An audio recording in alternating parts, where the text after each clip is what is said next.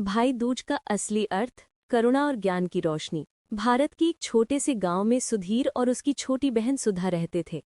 दोनों एक दूसरे से बहुत प्यार करते थे। लेकिन जब से सुधीर शहर जाकर व्यापार करने लगा, उसके जीवन में बदलाव आने लगे। धीरे धीरे उसका मन धन और दिखावे में उलझ गया। भाई दूज का दिन आया।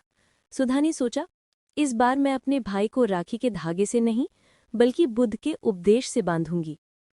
वो सुबह सुबह नदी में स्नान कर फूलों की थाली लेकर बैठी और प्रार्थना की, भगवान बुद्ध, मेरे भाई के मन से अंधकार मिटे और वो सही रास्ते पर लौट आए। शाम को सुधीर गांव पहुंचा। बहन ने देखा, उसके हाथ में सोने की घड़ी, महंगा कपड़ा और आंखों में घमंड था। सुधा ने मुस्कुराते हुए कहा, भैया आज भाई दूज है, पहले दीप जलाओ फिर तिलक लगाऊंगी। सुधीर हंसते हुए बोला, दीप? ये सब पुरानी रीति रिवाजें बहन, शहर में कौन अब ये सब मानता है।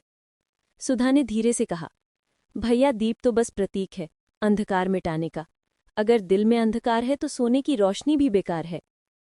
उसकी बात सुनकर सुधीर कुछ सोच में पड़ गया। रात में सुधा ने सुधीर को पास के बुद्ध विहार ले गई, जहां भिक्षु ध्यान में बैठे थे। वहां एक वृद्ध भिक्षु ने कहा, भाई बहन का प्रेम केवल शरीर का नहीं, आत्मा के उजाले का बंधन है। जब बहन अपने भाई के मन में दया, सत्य और करुणा जगाती है, वही असली भाई दूज है। सुधीर ने पूछा, क्या भाई दूज केवल एक संस्कार है? भिक्षु मुस्कुराए, नहीं पुत्र, ये एक स्मरण दिवस है कि हम अपने रिश्तों में अहंकार नहीं बल्कि मित्रता और समझ रखें। जैसे भगवान बुद्ध ने कहा था, प्रेम वो दीपक है जो कभी बुझता नहीं। अगले दिन जब सूर्य की किरणें खिड़की से भीतर आईं, सुधीर ने बहन से कहा, सुधा, आज मुझे समझ आया, भाई दूज का मतलब केवल बहन का तिलक नहीं बल्कि मन का तिलक है। तुमने जो प्रेम और करुणा दी, वही मेरी असली रक्षा है।